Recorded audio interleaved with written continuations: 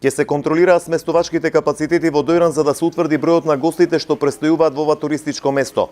Во акцијата ќе бидат вклучени представници од општината, УЈП и МВР.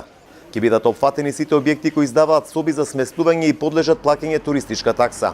Во моментов имаме слаба наплата на туристичка такса и затоа најавувам уште сега дека во наредниот период ќе имаме зачестени туристички контроли, а со тоа не се тие со намера да казнуваме или не знам што, туку чисто да им се сугерира, да им се каже дека очекуваме поголема наплата на туристичка понуда заради финансиски појака општина, а со тоа и самата општина да инвестира во други туристички понуди кои што ќе допринесат плюс туристи.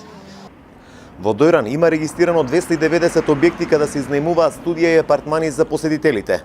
Општинските власти тврдат дека бројката е поголема за што ќе се изврши нова евиденција и категоризација на приватните сместувачки капацитети.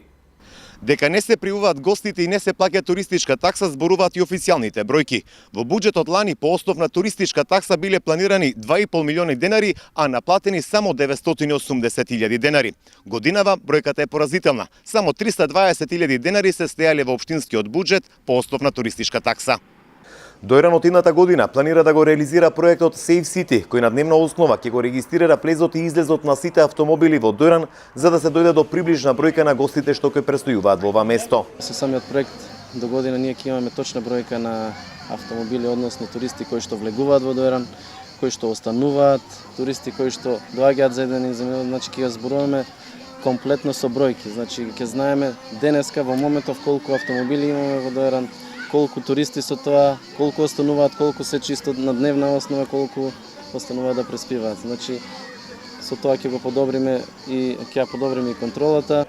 Градоначалникот Ангов смета дека по основна туристичка такса годишно во општинската каса треба да се влеваат минимум 6 милиони денари, средства кои доколку се пријават и наплатат ќе се реинвестираат во општината за збогатување на туристичката понуда.